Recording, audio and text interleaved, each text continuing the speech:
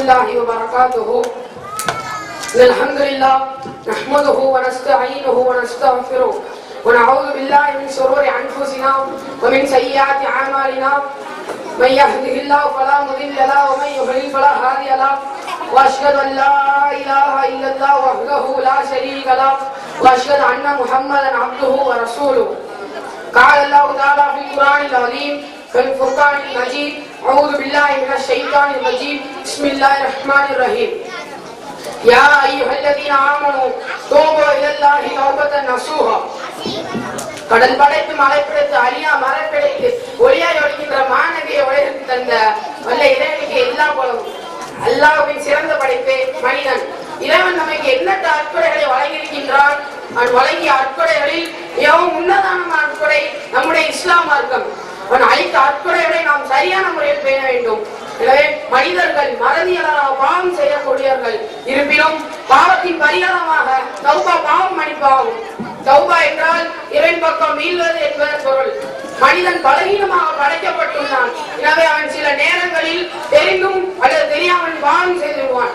அதனால்தான் தன் அடியார்களை எப்பொழுதும் எந்த சந்தர்ப்பிலும் மன்னிப்பதற்காக அல்லாஹ் காத்துக் கொண்டிருக்கிறான். வல்லமையும் மாண்புமிக்க அல்லாஹ் பகலில் பாவம் செய்யக்கூடியவன் பாவம் மன்னிப்பு கேட்பதற்காக இரவில் தன் கையை ஏந்துகிறான்.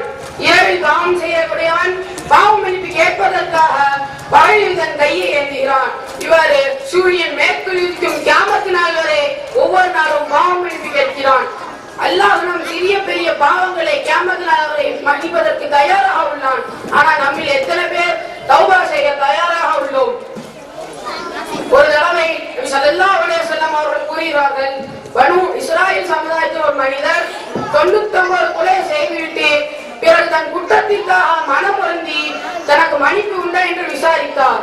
அவரிடத்தில் வணக்க வழிபாட்டில் ஆர்வம் மிகுந்த ஒரு ராக்கிப் இருக்கிறார் என்று அவரிடத்தில் அறிவிக்கப்பட்டது. அவரிடத்தில் வந்து நான் 99 கொலை செய்ததாகவும் தனக்கு பாவ மன்னிப்பு உண்டா என்று கேட்டான். அவர், எடப்பாவை நீ 99 கொலை செய்துவிட்டாய், அவனுக்கு பாவ மன்னிப்பு கிடையாது என்று பதிலளித்தார். உடனே அவரையும் இவன் கொன்றான். இதுவரை 100 கொலைகளை இவன் செய்துவிட்டான். பிறகும் இந்த ஊரில் சிறந்த அறிஞர் யார் என்று அவன் விசாரித்தான். அறிஞர் ஒருவர் பற்றி அவரிடத்தில் கூறப்பட்டது. அவன் அவரிடத்தில் வந்தான். நான் 100 கொலைகளை செய்ததாகவும் தனக்கு தௌபா பாவம் மன்னிப்பு உண்டா என்று கேட்டான். உன்னை உனக்கு தௌபாக்கு விடைய தடையாக இருப்பவர்கள் யார்?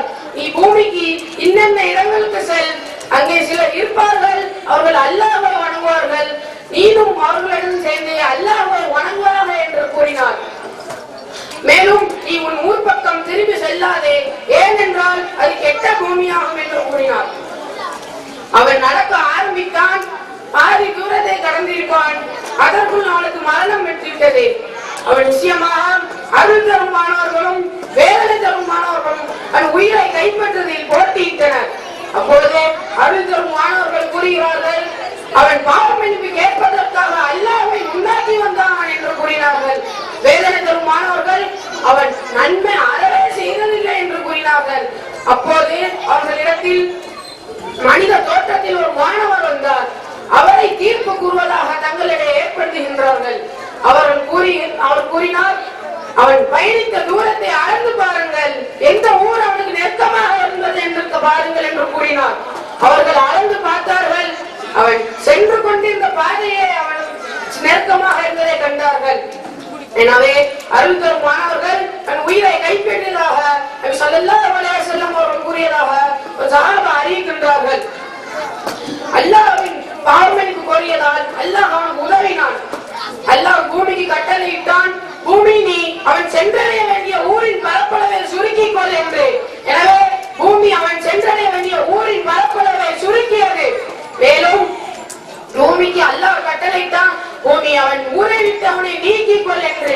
எனவே பூமி அவன் ஊரை விட்டு அவனை நீக்கிக் கொண்டது. இதன் மூலம் சர்ச்சை மொழி பெற்று